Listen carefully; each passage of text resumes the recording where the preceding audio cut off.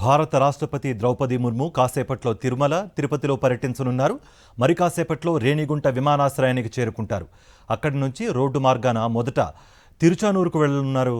అక్కడ సుమారు 3 గంటల 55 నిమిషాలకు పద్మావతి అమ్మవారిని దర్శించుకుని ప్రత్యేక పూజలు నిర్వహిస్తారు. అనంతరం రాష్ట్రపతి ద్రౌపది ముర్ము తిరుమల చేరుకుంటారు.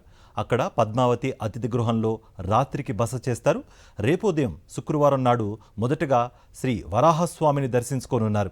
ఆ తర్వాత ఉదయం 10 గంటలకు తిరుమల ఆలయంలోకి వెళ్లి శ్రీవారిని దర్శించుకుంటారు.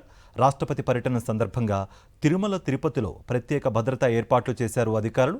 ట్రాఫిక్ ఆంక్షలు విధించడంతో పాటుగా తిరుమలలో రాష్ట్రపతి పర్యటనకు మీడియాకు అనుమతి లేదని అధికారులు తెలిపారు.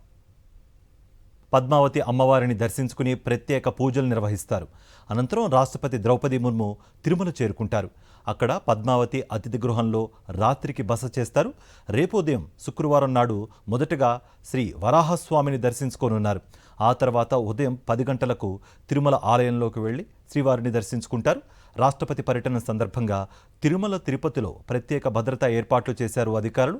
ట్రాఫిక్ ఆంక్షలు విధించడంతో పాటుగా తిరుమలలో రాష్ట్రపతి పర్యటనకు మీడియాకు అనుమతి లేదని అధికారులు తెలిపారు.